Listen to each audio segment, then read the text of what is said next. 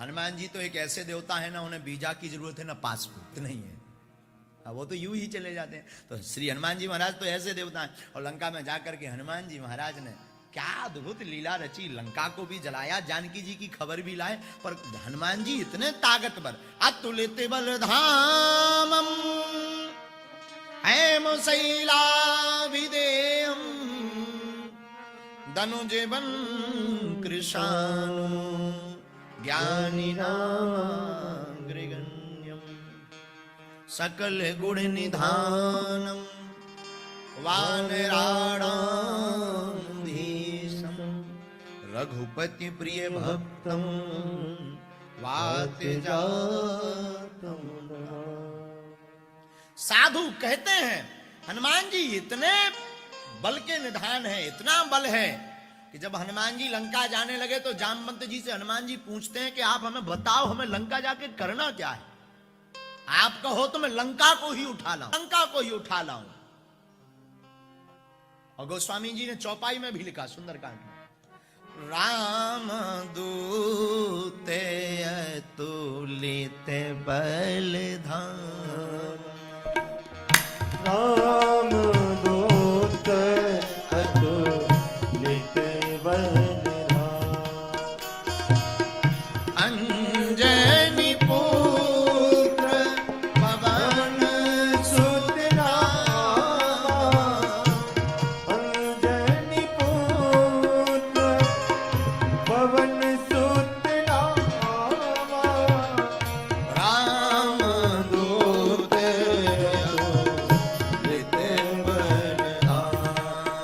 जी के दूत श्री हनुमान जी हैं, अतुलित बल है हनुमान जी में। हनुमान जी में इतना बल है, हनुमान जी को स्वयं पता नहीं। आप लोगों को हम निवेदन करें, हम लोग हनुमान चालीसा इसलिए पढ़ते हैं ताकि इनको इनका बल बता सके। इनको भूलने की बीमारी है, भूलते नहीं है, श्राप है। ये इतने मस्त रहते राम नाम में कि इन्हें याद करवाना पड़ता कि आपने क्या क्या किया। और हनुमान जी में कितना बल है भैया पूछो मत। अतुलित बल, अतुलित बल, अतुलित प्रभुताई,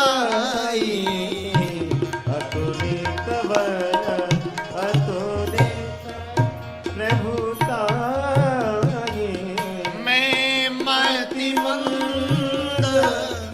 जान नहीं पाई, तुलित बल, अतुलित प्रभुताई, अतुलित बल, अतुलित। हनुमान जी में अतुलित बल है। अपार बल के दाता श्री अनंत बलवंत हनुमंत लाल जी हैं। और हनुमान जी ने रावण को नहीं मारा,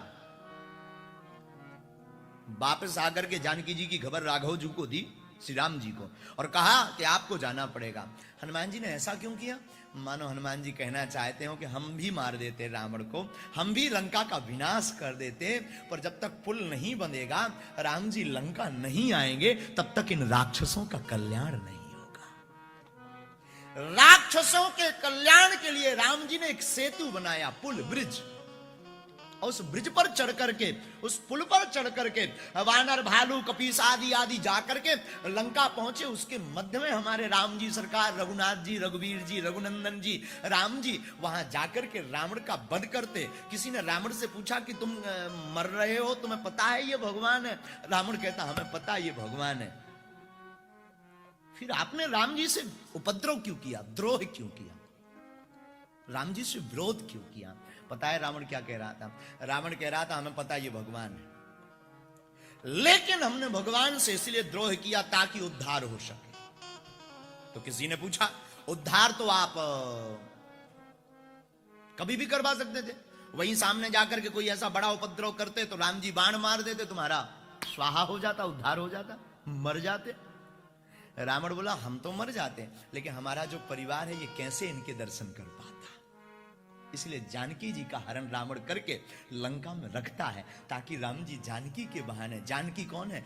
मैया जानकी है भक्ति, मैया सीता है भक्ति, और राम जी बिना भक्ति के सहारे कहीं जाते नहीं। जब तक भक्ति लंका में नहीं पहुंची, राम जी लंका नहीं गए।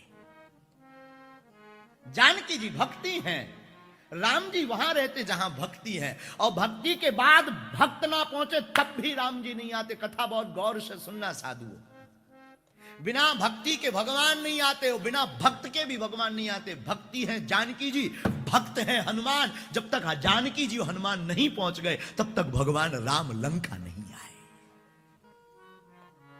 उसी प्रकार मैं निवेदन करूं, जब तक आपके जीवन में भक्ति है, कथा हनुमंत कथा है, भक्ति आपके चित्त में जिस दिन हनुमान जी बैठ जाएंगे तो हो गई भक्त, भक्ति भक्त, फिर बचे भगवान। जिस दिन कथा में आपके अंदर बैठ जाएगी, हनुमान जी का अनुकरण जिस दिन आप कर लोगे, उस दिन राम जी अपने गले आपको लगा लेंगे।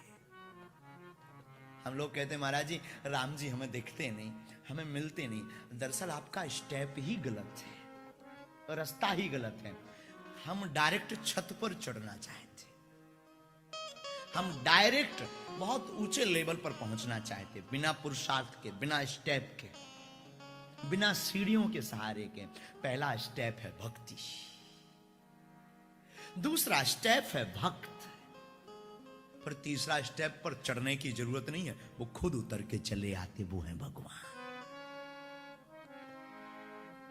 जो मैं राखूं एक पग, भगवान कहते जो तू राखे एक पग, मैं राखूं पग 60।